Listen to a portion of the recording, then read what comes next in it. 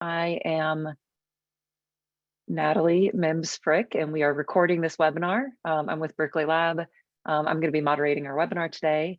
We have a fantastic panel of speakers, and we're going to talk about our recently released report on practical guidance on accessing and using end-use load profiles and saving shapes. And I would like to thank the U.S. Department of Energy's Building Technologies Office for funding this research. So some quick logistics. As I said, we're recording. As you all can probably see, you're muted. You can use the Q&A box to ask us questions at any point during the presentation.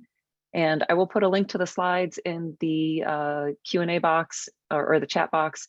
And I'll also send a link to the recording as well as the slides to everybody who's registered for the webinar in a couple of days. So we have 4 speakers today. Our first speaker is Amir Roth, who's a technology manager at the Building Technologies Office.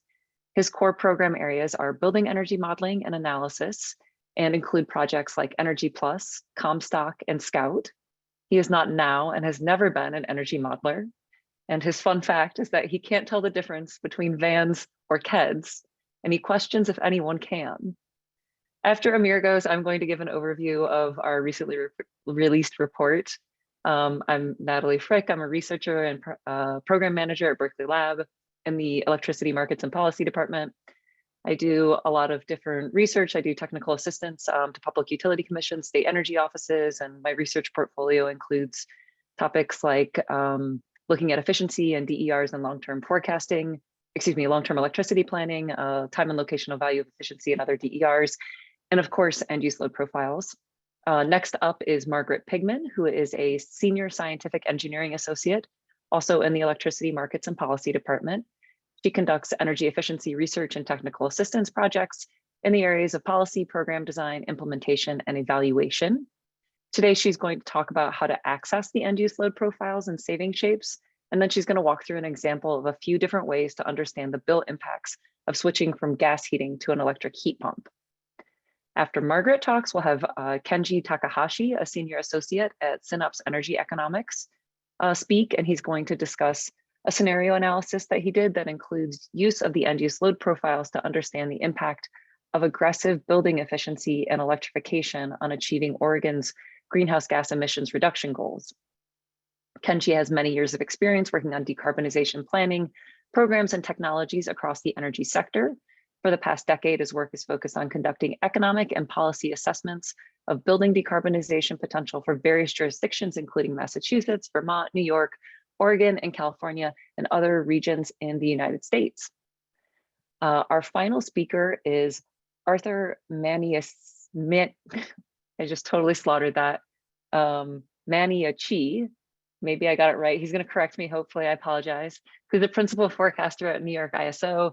He's a mechanical engineer by training, and he has practiced the art and science of load forecasting for nearly 40 years. He joined New York ISO in 2003, and he's been responsible for preparing forecasts for real-time and day-ahead markets and long-term forecasts. He's also developed methods to incorporate the impacts of efficiency, solar, EVs, and other demand-side technologies in forecasts. And currently, he's working on leading New York ISO's effort to account for future trends of climate change on energy and peak demand forecasts, including the impact of electrification of space heating and cooling technologies. And he's going to talk about using end-use load profiles to improve long-term forecasting in New York.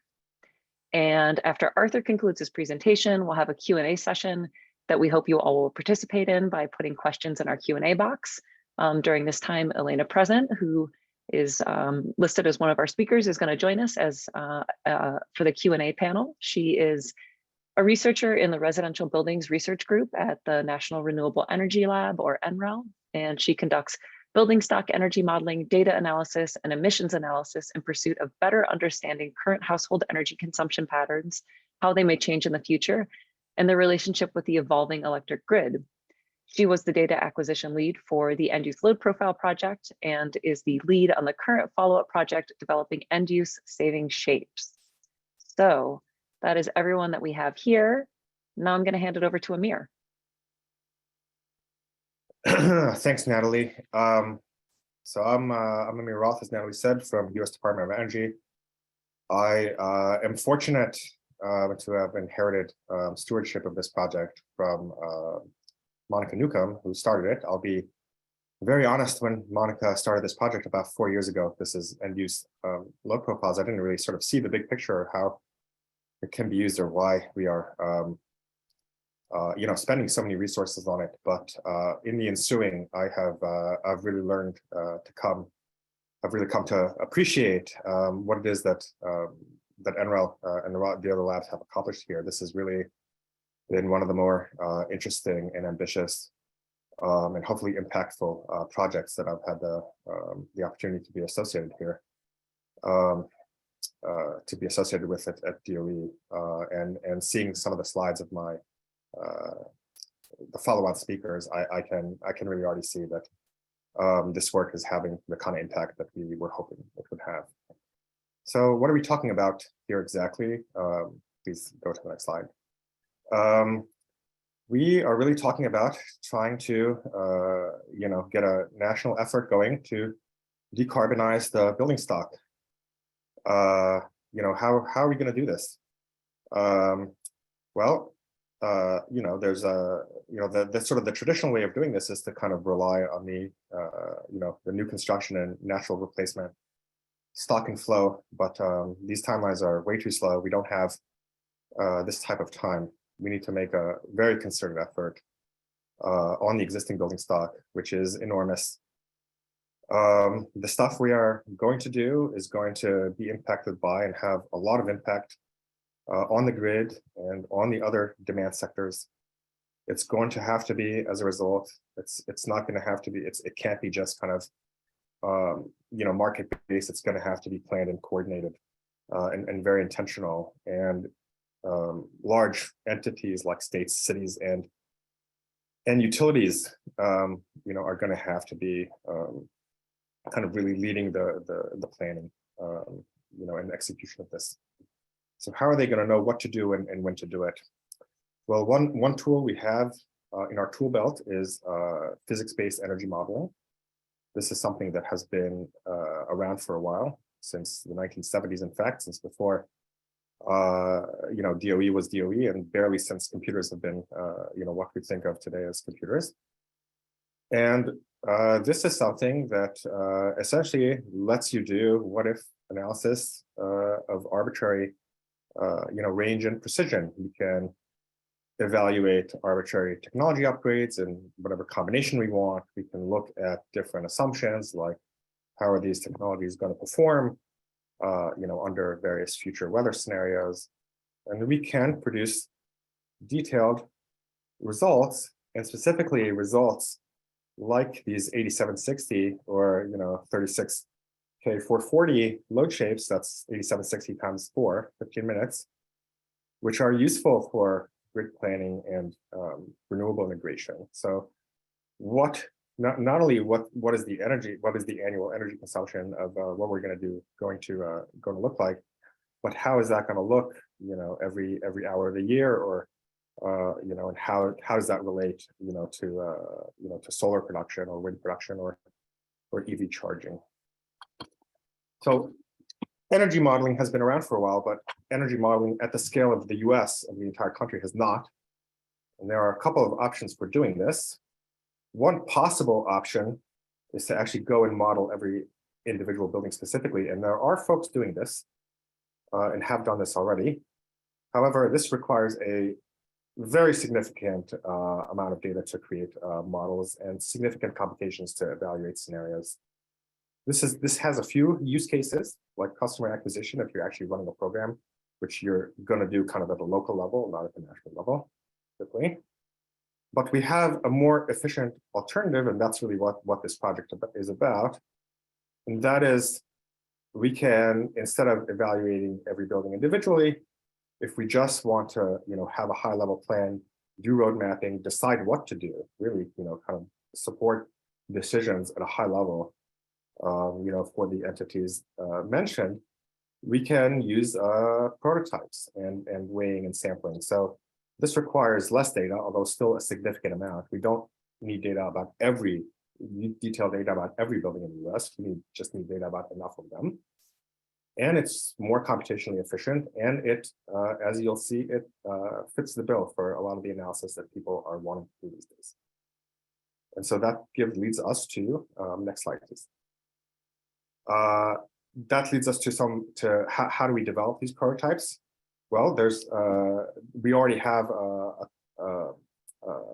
handcrafted prototypes, and these are very famous. I'm sure many of you who are in the modeling business or code business have seen these before. DOE started creating these about 15 years ago, and we have one for office buildings and one for schools and one for warehouses, and there's 16 of these, and they each correspond to a different building type and a different vintage or code version and different climate zone. And these are good, but they actually, in terms of doing national analysis, they're not really very well suited to modeling the building stock, because there's many combinations that they don't model. So they're limited in terms of the technologies they represent. They're limited in terms of the combinations of technologies they represent. There's no kind of mixed, vintage buildings there, like buildings that have, sort of their original envelope, but have upgraded, HVAC or lighting systems. No high performance buildings.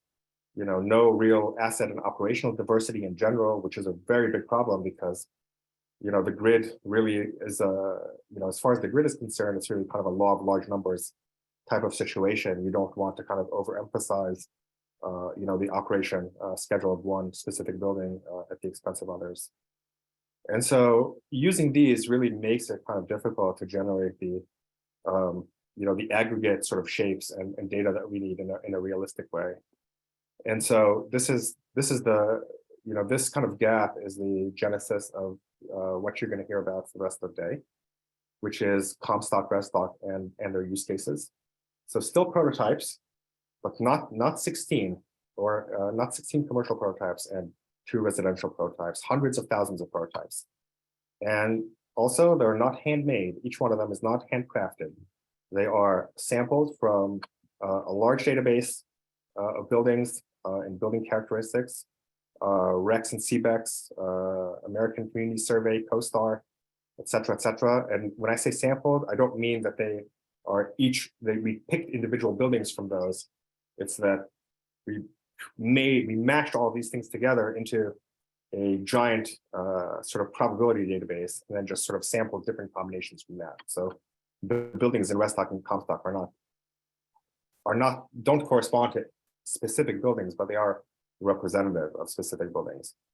And furthermore, these samples have subsequently been calibrated to utility load shapes, meaning that when we run these things in aggregate, they actually produce the kind of shapes that the utility sees from that sector. And so on the right there's a picture of that. And if this sounds like a lot of work and a lot of data collection, a lot of calibration, a lot of modeling,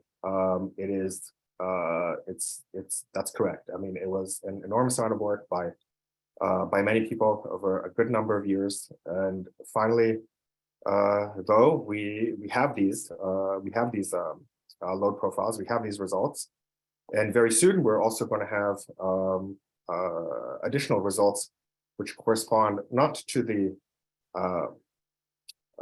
existing building stock, but to sort of the differential effects of different measures of these on the building stock. And so this project is ongoing and being continually sort of improved and updated, but already proving itself to be quite useful, as you'll hear. BTO is using it for a number of our internal projects, and then others, are using this data and combining it with their own data to do their own analysis. And I'm looking forward to hearing about that, as I'm sure the rest of you are as well. Thanks, Amir. So I'm going to give a quick overview of our new report, which is on practical guidance on accessing and using the data. As Amir just talked about, we're using NREL's Restock and Comstock models, and they're the foundation of this project, which developed publicly available end-use load shapes that are representative of the US building stock. And the project began in 2018. And since then, we've put out 3 reports. The project team, which was led by Eric Wilson and Andrew Parker at NREL, were the primary or one of the many authors on all of these reports. And in 2019, we finished our first year 1 report that focused on use cases, several of which we'll hear about in today's presentation. In 2021, we released the end-use load profiles and the report on project methodology and the results of the model calibration, validation, and uncertainty quantification. And today we're going to talk about our report that came out last week or the week before. And then we also have Elena that's released the saving shapes. She's the lead on that project in September. And so all of those links are there, and the link to the project website is also there as well if you want to stay up to date as more information becomes available. So the report has 3 main sections. It talks about accessing the load profiles and saving shapes, talks about considerations and limitations, and then it talks about use cases. This table shows the list of use cases that are the examples that we used in the report, and we selected these based on feedback from our project's technical advisory group. So with that, I'm going to hand it over to Margaret, and she's going to talk about how to access the load profiles. Thank you. You're on mute, Margaret. Thank you. No worries. So I'm going to briefly describe what's available in ResDoc and Comstock, and then provide an overview of the 3 options for accessing the load profiles and saving shapes. And then I'm going to spend the rest of my time to walk through an example of how to answer a question using a few different ways of accessing data, just to make what I am talking about more concrete. So what exactly is in the data set? Amir told us about the 900,000 energy models and they represent about 64% of commercial floor area and 137 million US homes. There are annual and 15-minute time series results for all of the energy models for both typical weather and at least 1 year of actual weather. And on the residential side, there are also 10 upgrade packages that address the question of what would happen if all of these residential buildings improved their envelope or installed a heat pump water heater or other potential upgrades like that. So I'm going to skip this slide because Amir did a good job telling us about the strengths of ResDoc and Comstock, and move directly to the 3 different ways of accessing the end-use load profiles. So first, and the way that personally I do it most commonly, is through the ResDoc and Comstock web viewers. And there you can look at annual and time series graphs of the end-use energy consumption of whatever subset of buildings that you're interested in. You can also download those graphs, the data behind them, or 15-minute end-use consumption data for the subset you've selected. And then the second 2 methods use the OpenEI data lake to download text files in various formats. And one option is the pre-aggregated load profiles. These still have 15-minute end-use consumption, but are aggregated by building type and geography. So for example, it could be small offices in Alameda County, California, or single-family residences in Kentucky. And then finally, you can download the results from individual building energy model simulations. And there are various metadata files that help you identify which buildings in particular would be useful. And then finally, there are the building energy models themselves. So maybe you want to run them with a different weather year or some projected climate change adjusted weather file, or maybe you have a particular efficiency of equipment that you're interested in. You could download the building model files and use them as a starting point. So in this case, I'm going to walk through an example of a couple of different ways to understand the bill impacts from switching from a gas heating to electric heat pump for homes in Illinois. And if you're interested in just the average impacts under a fixed electricity rate, the annual consumption is enough. So here's an example of the annual consumption bar charts on the ResDoc web viewer. And in this example, I selected Illinois and then filtered to only look at units with natural gas heating in the baseline and chose the high efficiency heat pump upgrade package. So, and then the graph on the bottom left shows the annual end use consumption of the baseline and the heat pump case, and the graph on the right shows the changes in end use consumption between the two. And then I exported the data as a CSV file to calculate the utility bills. So next slide, please. Oh, sorry. Forgot about the animation. Okay, this is the snippet of the CSV with end use consumption for the baseline, the upgrade, and the difference between the two. So on the next slide, this is in Illinois, there are also time of use rates.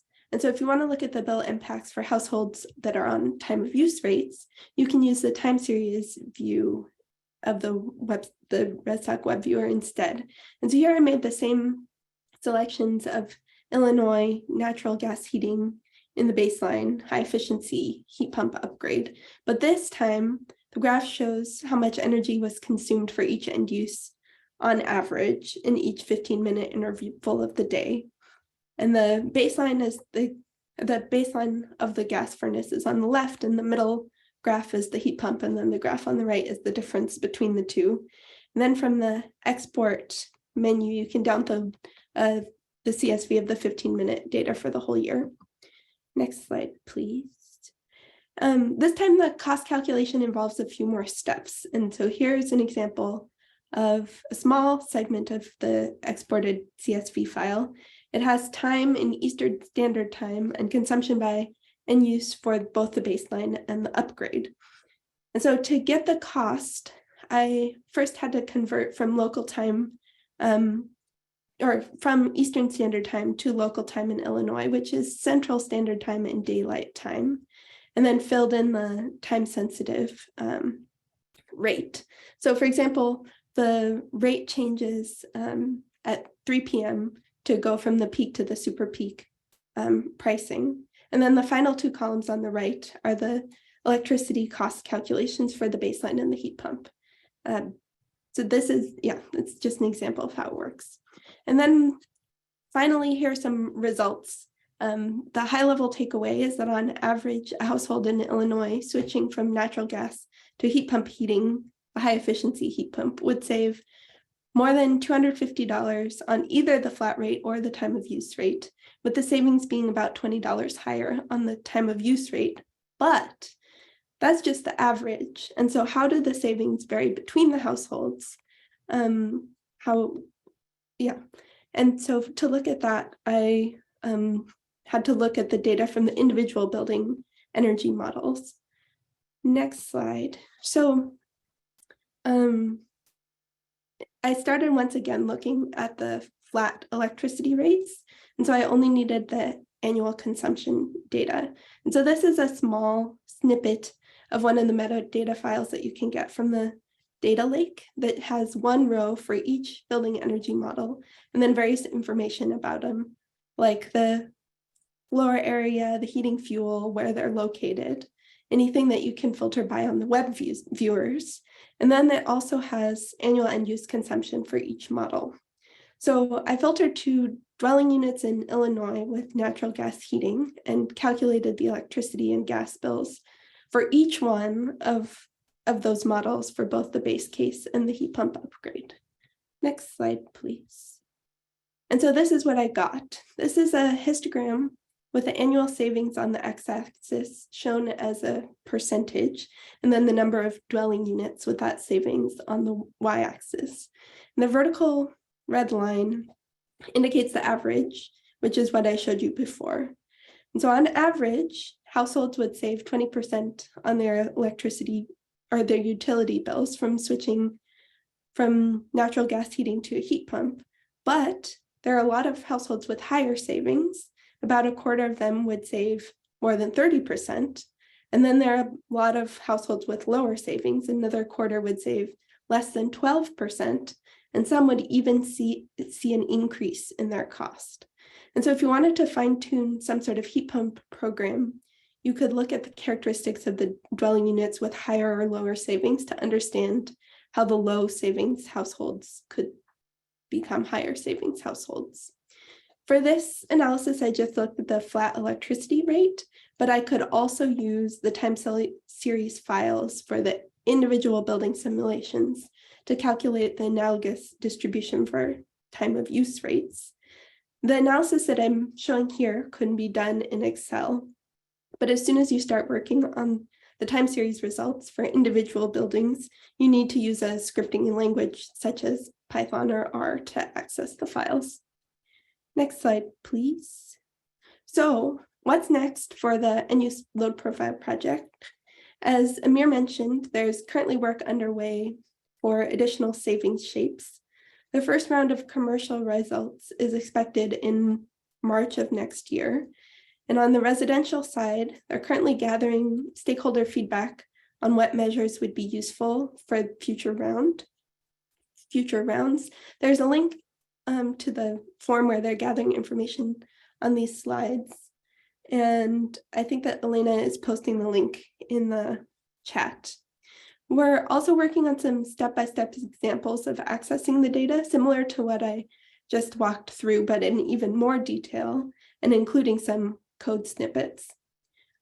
Also, one application of the end-use load profiles is Berkeley Lab's time-sensitive value calculator, which estimates the value of energy efficiency and other distributed energy resources using hourly estimates of electricity system costs. And so this is an Excel-based tool that is currently available, and we're once again collecting stakeholder feedback in preparation for updating it.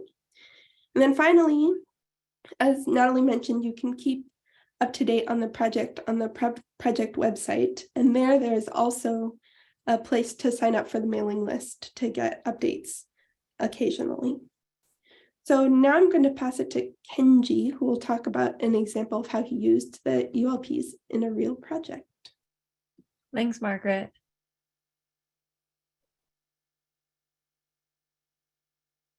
Oh.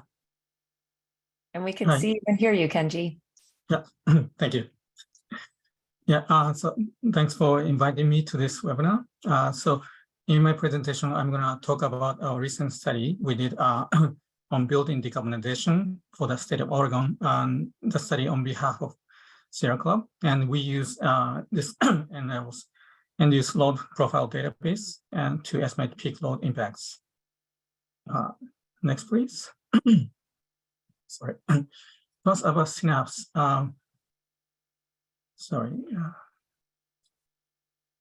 Yeah.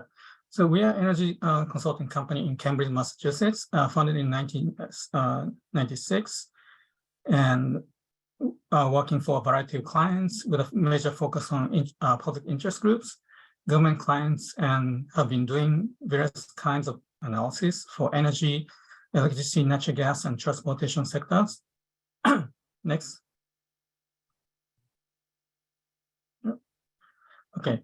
So as a key background, Oregon has a very aggressive greenhouse gas emission reduction targets, which is at least 45% reductions by 2035 relative to 1990s, and at least 80% reductions by 2050.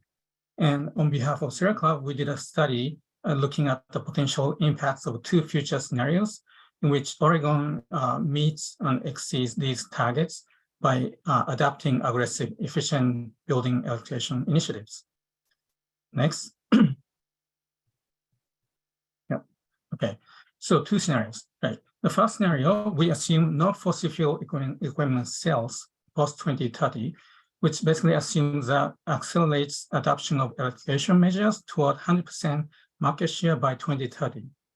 And scenario two is different. It's just more aggressive in that the no fossil fuel equipment target is set for 2025, right? And our study focuses on space heating, water heating, cooking, and clothes drying end uses. Next. All right. And one of the key strategies of our study is that we incorporated technology switching in addition to fuel switching, which is from inefficient electric resistant heating, space and water heating, to efficient electric heat pumps in order to reduce winter peak demands. And this was very important because we found out that there are lots of resistant heatings in Oregon, right? And then we estimated energy emission impacts of the electrification measures adoption using Synapse Building Decarbonization Calculator, BDC, which is basically a stock turnover model that estimates replacements of end-use equipment at the end of the measure life. And based on the results of that BDC analysis, we estimated winter peak load impacts using NREL's end-use load profile database, and then associated system costs, economic impacts on the electric and gas system operation and investments.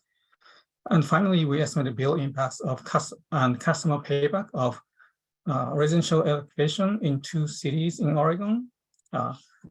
Given the limited time for this webinar, I'm going to focus on the first 3 items and skip the bill impact. Right. Here, this one shows the results for statewide electricity consumption by end use and scenario. Right. So 2 scenarios side by side. So left side, scenario 1, the targets for 2030, no fossil fuel sales. Right. And this appears to be less. The difference appears small if you just look at the entire study period. Well, in the following few slides, I'm going to point out the differences. But here, I'm going to talk about the major changes over time, right? So across 2 scenarios, electric usage for residential space heating shown in blue and water heating in yellow, right, is expected to decline substantially over time, right? Again, this is mainly because there are lots of electric resistant heating in these sectors, right, in this sector. And so heat pump will replace those inefficient end uses equipment, right? And on the other hand, electric consumption for commercial space heating is expected to increase substantially. It's shown in red in this one, because the gas is the dominant fuel for this end use, right? And overall, statewide electric consumption is expected to increase gradually over time, right? Next. All right. Here's a high-level summary of 2 building scenarios, right? And the first one, CO2 emission reduction results. In the first scenario, we saw that found 47% reductions in 2035, in 2050, 97%. In the second scenario, reduction of 56% in 2035 and then 98% by 2050. So the major difference is the more near term, right? In the more aggressive scenario, we see much more emission savings. And this same thing appears also for the energy reductions and the electricity consumption increases, as shown in the bottom, right? Next, please. Yep. Okay. So here, so we use again NREL's end-use load profiles to estimate peak load impacts based on the results of the Synapse energy model, right? And shows the peak load, how they change over time. And again, left side is scenario 1, right side is scenario 2, right? And shows that for peak load by 4 end-use categories. From the top to the bottom, commercial major end uses, residential major end uses, commercial other end uses, and the residential other end uses. And here, major end uses, I mean that the space heating, water heating, cooking, and the clothing drying. That way, we assume that the fossil fuels, natural gas, will be switched to electricity, right? And here we also include the other end uses, which is we base the forecast by the Northwest Power and Conservation Council, and they assume that projects that about 0.9% per year growth rate, right? So the result is that we found that for residential major end use, negative 0.6% growth rate over time, with a total of 17% reductions over the next 30 years. And for the commercial major end use, we found that annual growth rate of 2.4%. Basically, peak load doubles over the next 30 years. And the result is, if we combine those two, the annual growth rate will be 0.3% per year. And then if we combine the other end uses, the peak load will increase on average 0.6% per year in scenario 1 and 0.5% in scenario 2. Can you go to the next one? Okay, thank you. Yeah, so this shows more granular data results. So hourly load profiles by end use and some systems like heat pumps and electric resistant heating, right? Focusing on winter peak days, these are the highest hourly peak loads in late morning, highlights in late morning on January 22nd and 25th, right? On the left side, the majority of the load comes from residential electric resistant heating, as shown in red, and then commercial other loads, as shown in yellow, right? Yeah. And going to the right side, hourly load, I'm sorry, can you go back? Sorry, another, yeah. Hourly loads in 2050, right? So here, you see most of residential electric resistant heating will be replaced by heat pumps. So that is shown in green.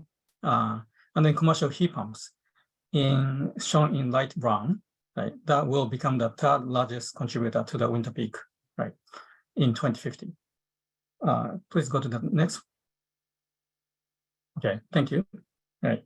So then, so because we know the peak load increases, we were able to estimate the impacts on the system cost, electricity and natural gas system costs, including operating fuel costs, right? And for the, I guess, above the blue area shows electricity system costs. We use the avoided costs estimated by the Energy Trust of Oregon to estimate the electric system impact. And then the yellow area, which is the gas system cost impact, we use the current natural gas system costs reported by all the gas utilities in Oregon. Right? And the key assumptions are that we kept, in order to translate the decline in gas consumption, right? We assume that we kept the T&D system cost constant to be conservative. We didn't assume any retirements of gas systems. Yeah, but we reduced the commodity fuel price, fuel cost based on the sales reductions. And then we also reduced the rest of the other costs, such as admin costs, right? Based on the change in customer counts, right? And we found out that gas costs will decline from $570 million today to $120 to $126 million by 2050. And net result is that under scenario 1, as shown in the table below, the scenario 1 will save about $1 billion through 2050. And scenario 2 will save $1.6 billion. The last slide, please. All right. So the summary of our study. So under scenario 1 and 2, Oregon building sector can reduce significant greenhouse gas emissions by 47 to 56% by 2035 and 97 to 8% by 2050, well beyond the state's targets, right? And then building electrification will increase electric loads, but then the expected growth is similar to the historical level, right? And this is partly, or I say primarily because switching from electric resistant heating to heat pumps can play a critical role in keeping the loads down, load growth down, and then reducing system investments, right? And then the building electrification scenarios can save lots of money, $1 to $1.6 billion based on our analysis, right? And then finally, NRL's end-use load profile data was very critical for us for estimating peak load impacts from building electrification in our study. Thank you. Thanks, Kenji. And last up for our speakers, we have Arthur. Maniaci. Maniaci. Oh no, I saw your mouth moving and I wasn't certain if you were doing the joke on me since I mispronounced your name. I forgot to put it on. Thank you. Joke's on me. Take it away. Thank you, everyone.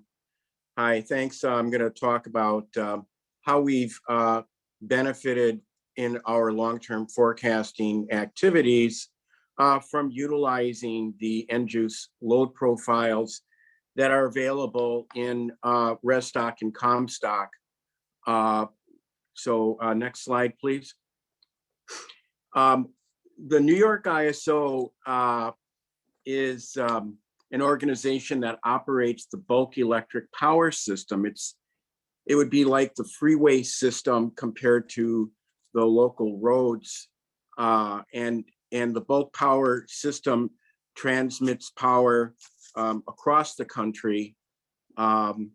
We also operate wholesale markets, and we plan for the future of the grid in New York, and that includes these days more renewable resources and building electrification. Next slide. We utilize and have for a number of years a long-term forecast methodology that begins with the end uses, the type of information you get from, say, the Mid-Atlantic from EIA. And we combine that with statistical models of monthly energy usage. So these models are grounded in the actual behavior of large numbers of customers throughout the state of New York, and also accounting for variations in weather and housing stocks. And that's the starting point, what we would call the baseline usage of everyday commercial and residential and industrial uses as they are today. And then we can dial in the impacts of solar energy, distributed energy resources, electric vehicles, and a lot of other types of exogenous changes that are not in the historical stocks. And so we need to find ways to introduce those into our annual forecast, which also include peak loads as well as the hourly loads. And what's really important when you do that is that the weather patterns that create peak usage, say in the winter or the summer, that you model those appropriately so that if you have, say, building electrification, the weather patterns that you're using for that are the same as the weather patterns used for your other end uses. The ResStock data that we've looked at a lot has both typical meteorological year as well as the 2018 weather year. So we've used that along with our historical processes, so you could get a typical meteorological hourly load profile, or one that corresponds to a specific year. And so we've used the hourly profiles with the 2018 weather and use that to perform detailed analyses of all the end uses, especially space heating. And we are currently investigating the capabilities of heat pumps. Next slide. This is a small list of the residential end uses. The ones that are significant are in green, well, a miscellaneous, which is everything that you don't have a specific category for. But we're focusing, so base usage, non-weather sensitive usage is really about 80% of overall energy use in a residential home. In the summertime, you'll have an extra 10 or 15% on an energy basis for space cooling, and a higher amount for space heating in the wintertime. The winter peaks right now are predominantly non-space heating, and the big challenge and why we're interested in using RESSDOC is to translate gas hourly usage into electric hourly usage so that we appropriately account for increases in peak demand due to more and more winter space heating load. Next slide. So we focused a lot on this particular chart. This is from the small geographic data you get in RESSDOC for New York, a public use micro data area, or a PUMA, as it's called, for the Albany area. And this is natural gas. What's unique about RESSDOC is you get not just electrical end uses, but also gas. And there isn't a lot of electric space heat either in the existing stocks, a lot of studies, but there's lots of EIA information on residential gas. And what you do is you start with the natural gas usage, figure out what the hourly loads would be, including the combustion efficiency, and then translate that to a heat pump with its own coefficient of performance that varies over time. And then what you have to do is make up any additional heat needed by the home that isn't supplied by the heat pump and make that up in supplemental heat.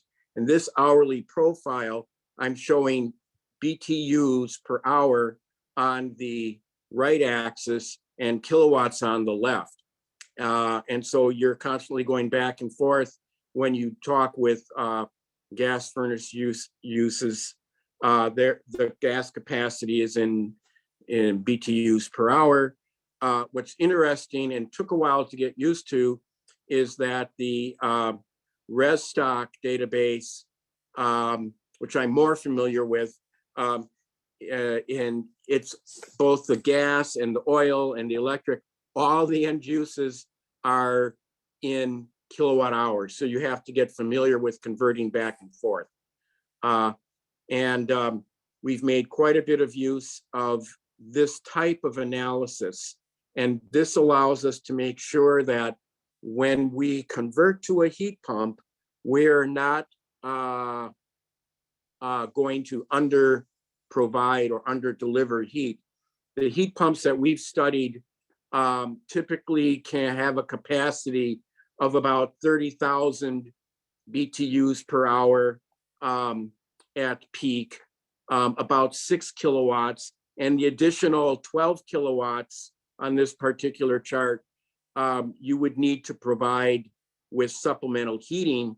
And so you do have a lot of contribution to electric resistance heating for about in a cold climate like Albany, there's about 400 to 600 hours per year in which some supplemental heat is needed. And at design conditions, you really do need a large amount of supplemental heat unless you significantly increase the size of a heat pump.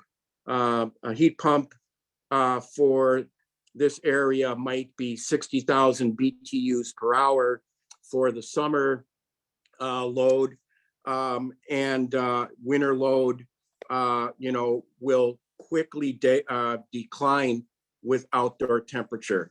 And so it is because we had this very detailed hourly profile from the NREL RESSDOC that we were able to make significant progress in modeling space heat usage electrification needs.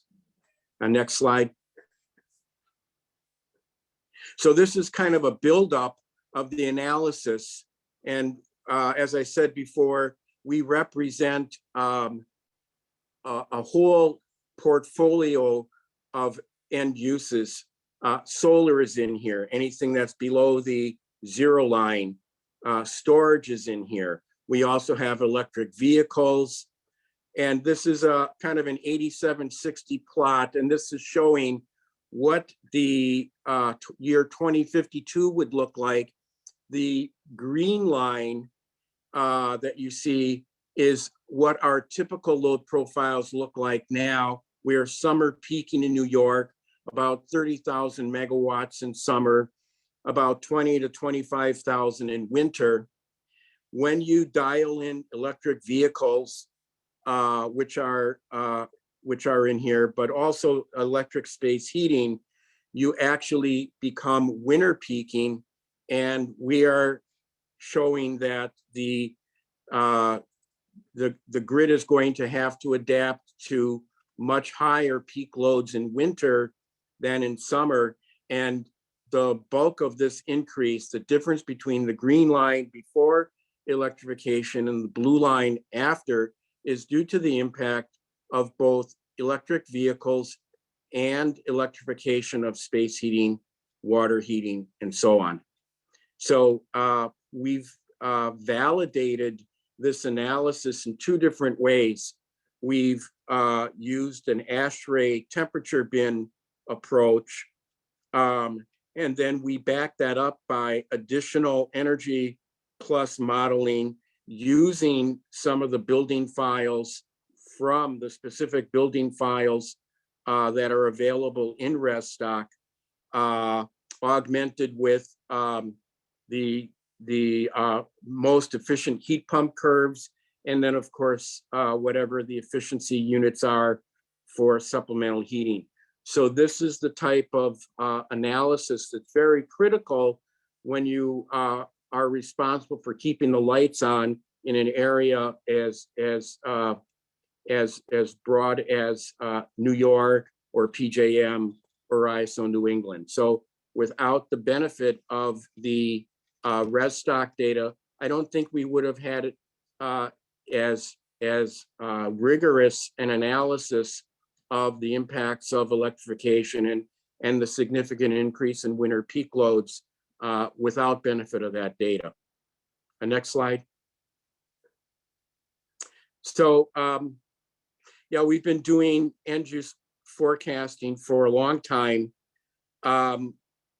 We now have a much better capability of assessing the building stocks and the end uses, not just for the annual energy, but also the seasonal energy, the seasonal peaks. And so it's greatly increased the rigor and the, how should I say, the integrity of the studies that we're doing, planning for the reliability of the grid of the future.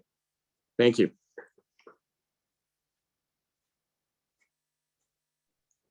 Thank you.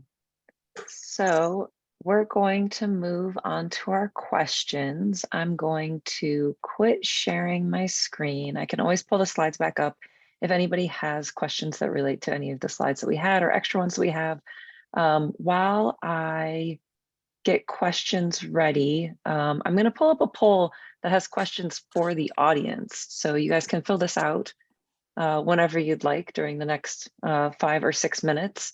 And then also to all of our speakers, there's a lot of Q&A in the Q&A box. I don't know if any of you want to answer any of it through typing as opposed to verbally, but if you'd like to do that, please feel free to do so. Let's see. I'm going to put this poll out. Hopefully everyone can see it. And you can type in short answers to any of these. I think 200 characters is the maximum.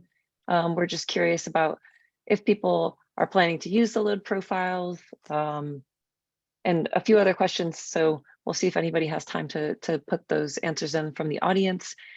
And then in terms of, let's see, questions that we have, let me see what has been coming in. I haven't been able to look at them thus far, so I apologize for not having them on the tip of my tongue.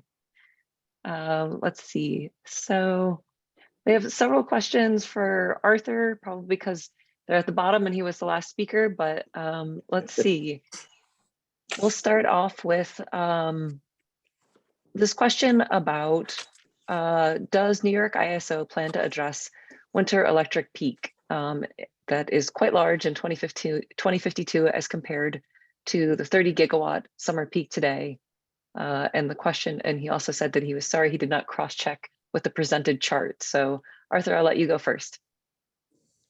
Okay, so I think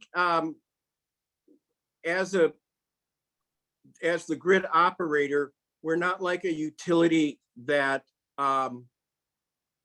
that has energy efficiency programs. We offer peak load management opportunities at the wholesale level. This type of analysis, however, is very informative to policymakers at the state level and at and utility energy efficiency and similar organizations within the utilities. One would address a large increase in potential peak demand through time of use rates, through load management, through other opportunities. But this is simply meant to show if you're going to replace gas furnaces for over 6 million homes in New York and maintain their thermal comfort, you need to be aware of what the potential load impacts are going to be so that they can be mitigated as best possible. So yes, there would be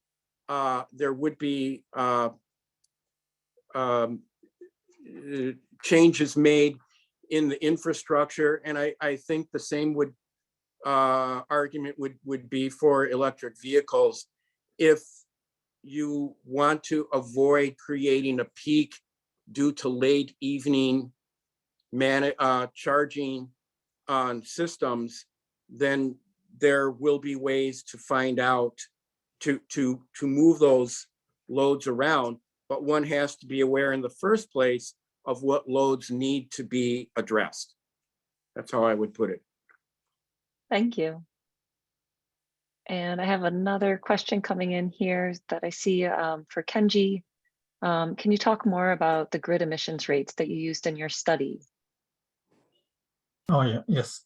We use the current state's renewable energy requirements, RPS, and then forecast how the grid emission will change over time.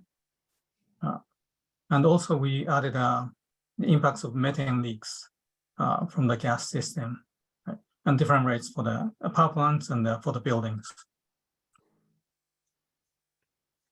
Thank you. I have a question here from Margaret. How did you decide what weather years to use in your analysis? Because there's a data available for multiple weather years. In the particular analysis I showed, I used the 2018 weather year because it's just more recent data. The typical meteorological year weather, some of it is from 30 years ago. In general, some ways to decide between the different types of weather are if you're looking at a wider geographic area where the typical weather is not the same, then you really need to use actual weather data in order to assume that, to assure that the timing of the peaks and the weather are analogous. And if you're, for example, interested in a really hot time or a really cold time, it's possible to look at the weather file itself and see which file has the hottest days or the coldest days and look specifically at that period. So it just depends on the goal of your particular question. Thank you. And I know we're at the top of the hour, but Elena, I saw you answering lots of questions in the Q&A. Is there anything that you wanted to speak about briefly? I couldn't see which ones needed to be answered still. If I didn't know if there was one that you just wanted to talk about. I tried to get to all of the ones that were just sort of like straightforward factual answers. And then as we were running out of time, I tried to get to the rest of them too. I'm curious about the person who asked about additional historical weather year data. That is something we certainly could do. I have not been made aware of strong reasons to do it. So if there are reasons that me or my team may not be thinking about, please feel free to shoot me an email or put input into our round 2 forum to let me know the use cases for additional historical weather data. Great. Thank you so much to all of our panelists for speaking today. And as I said at the top of the call, I'll send out a recording of the webinar and the slides, which have, I believe, everybody's contact info in them. I know you have Margaret and my contact info, so please feel free to send us any questions that you have. And thank you again so much, and everybody have a great rest of your day.